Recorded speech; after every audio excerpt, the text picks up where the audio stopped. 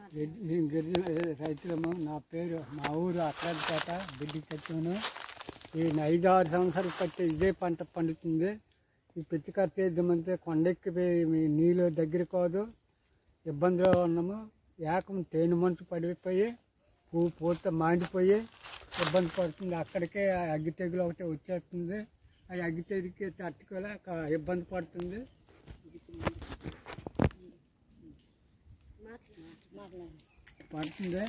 అందుకనే ప్రభుత్వంకి మేము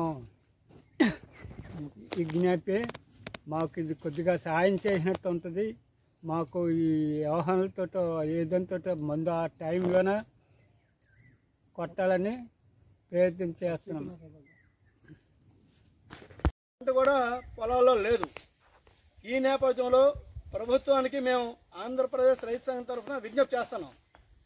అయ్యా, ఎన్నికల నిబంధనలు ఉన్నప్పటికీ కూడాను ఉన్న అధికారులు ఏదైతే ఉన్నారో ఉద్యానవన అలాగనే మార్కెట్ వాళ్ళు స్పందించండి. ఈరోజు పంట నష్టం జరుగుతూ వస్తుంది. ఇది ఒక కాలక్రమంలో ప్రతి సంవత్సరం ఇదే పరిస్థితిలో ఉంటుంది గత 4 సంవత్సరాలుగా. ఇలాంటప్పుడు ప్రకృతి వైపరీత్యాల వల్ల జాతీయ విపత్తులు వచ్చిన సందర్భంలోనే పరిహారాలు ఇస్తారు తప్ప మరి ఇతర పంటలు ఏవైతే ఉన్నాయో ఇప్పుడు మనకి చెరకు లేకపోతే ఆరేటో లేకపోతే వరి సహజసిద్ధంగా వచ్చే వరి వీటికి పరిహారాలు ప్రభుత్వం ఇస్తుంది. మరి అటువంటి పద్ధతుల్లోనే కరువు కాటకాలు వచ్చినా లేదా తెగుల వల్ల నష్టపోయినా అనేక వరదల వల్ల నష్టపోయినా వరి పంటకు నష్టపరిహారాలు ప్రభుత్వం ఇస్తుంది ఒక కొలమానం తీసుకొని. ఆ విధంగానే ఈ జీడి పంటలు కూడా ప్రభుత్వం స్పందించి ఆ రకమైన పరిహారం ఇవ్వడానికి కావాల్సిన ఏర్పాట్లు చేయాలి. ఈ రోజు కాకపోయినా అనేక సంవత్సరాల నుంచి గిరిజన రైతాంగం మొదలుపెట్టుకుంటున్న ప్రభుత్వాలు స్పందించట, అది ఏ ప్రభుత్వం అయినా సరే.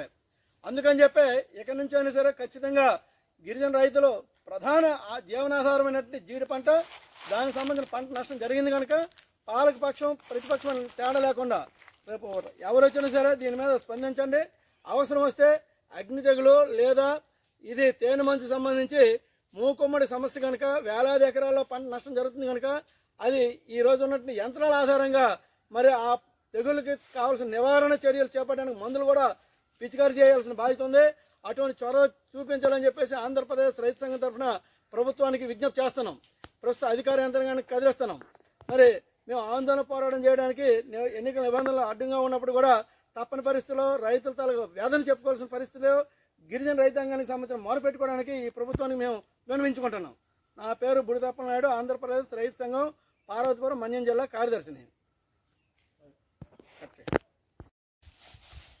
ఆంధ్రప్రదేశ్ రైతు సంఘం ఆధ్వర్యంలో పార్వతీపురం మన్యం జిల్లా పాల్కొండ నియోజకవర్గం జంపర్కోట అటవీ ప్రాంతంలో మనం ఈరోజు ఉన్నాం. ఈరోజు జీడి పంట పూర్తిగా పోయింది. పంట పువ్వు పండగ ముందు విపరీతంగా వచ్చిన చెట్లకి ఈరోజు పూత అనేది తేనె మంచు పడడం వల్ల పండగ ముందు తీవ్రంగా తేనె మంచు పడ్డది. ఆ తేనె మంచు పడడంతో వల్ల పువ్వంతా మాడిపోయింది. మాడిపోవడమే కాకుండా తెగులు కూడా వచ్చాయి, అగ్ని తెగులు.